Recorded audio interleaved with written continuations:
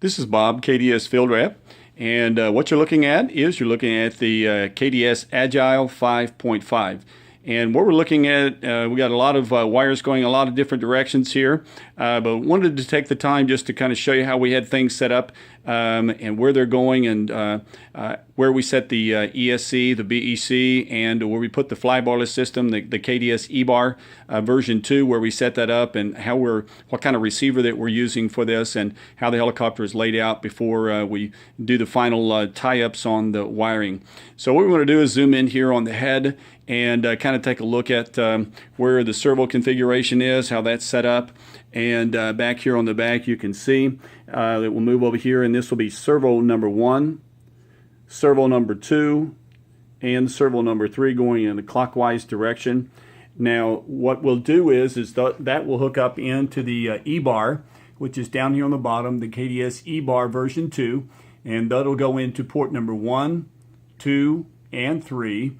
And then we'll come back here on the rudder servo, and it will go in port number 4. So one of the nice things about the Agile line is the ability to be able to have plenty of room to work with on the inside of this helicopter. You can see that if servos need to be changed out, if any kind of maintenance needs to be done on the head, any kind of oiling that needs to be done, it can all be done right there. And you can see that there's plenty of room for maintenance and work, plenty of room to get to the main gears here, and plenty of room for all the wiring and how you'll have everything hooked up here. So that's one of the nice advantages of that, of the helicopter and how it's laid out. Also, we want to zoom in here on our power plant. This is the stock motor that comes with it, with the super combo, and that is the KDS motor there, the 1100 kV motor. Plenty of power for this helicopter. We want to move out here and look at our ESC. This will be the Castle Creations 120 ESC, the high voltage 120 ESC. And then also directly underneath that, there will be the BEC will be underneath the bottom part of that, and we'll be utilizing the BEC. We've also placed in here on the tray for the flybarless system, directly underneath the motor here, is where our Ebar will go. We'll go back and we'll look at our programming box here in just a moment to look at how we have it orientated.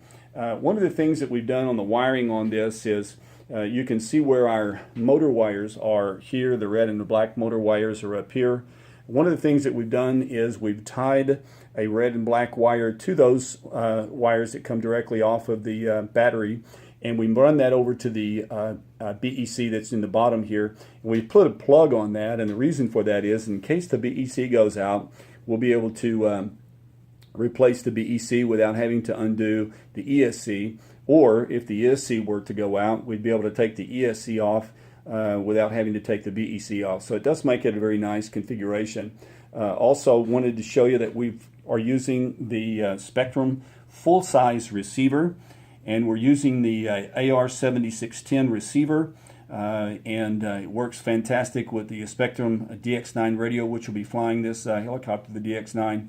And but just wanted to say something about the KDS Ebar, and just what a tremendous flybarless system this is. Very simple to set up, and it just flies fantastic, rock solid. The tail is just rock solid, and a fantastic flybarless system. One of the great features of this is the programming box that you see here. You're able to take this to the field with you, do any kind of programming that you need to do by simply just coming over here on the other side here and attaching that to your flybarless system over here on the side, and plugging that in over here, and you power it up, and then any changes that you make will go directly onto the box. You save your changes, and they're made. If you wanted to add some extra pitch while you're on the field, or you had too much pitch, needed to add some gain on your gyro, you can certainly do that as well. So that makes it another nice advantage of that. Wanted to also talk a little bit about our receiver here, and we'll kind of turn over the receiver. We have one of the jumpers that go to the AER on the flybarless system, and you can see here as we zoom in on this, you can see how that's set up, how it's configured, how the signal wire goes into the 7610, and you can see how the wire is configured there. We have the black is in aileron, and the elevator is red, and the rudder is white, and we also have in the pitch setup is in aux 1, and so we also have our on the Ebar system another jumper that comes off of the pitch ESC and goes directly into the aux 1 on the receiver, so that makes a nice setup.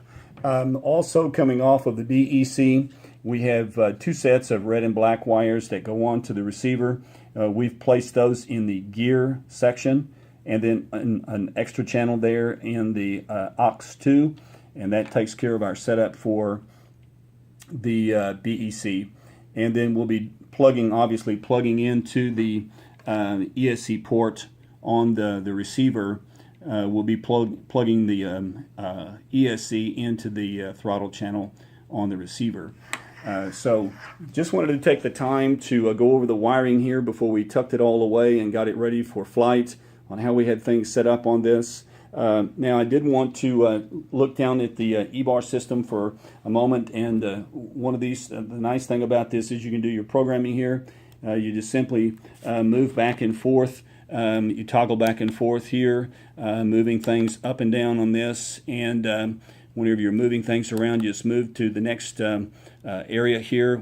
Let's move up to the bar monitor here, and we'll select that, and you'll see how that your control surfaces now are all set to 0, and then you'll come over and then also change and make sure that your travel directions are set at 100.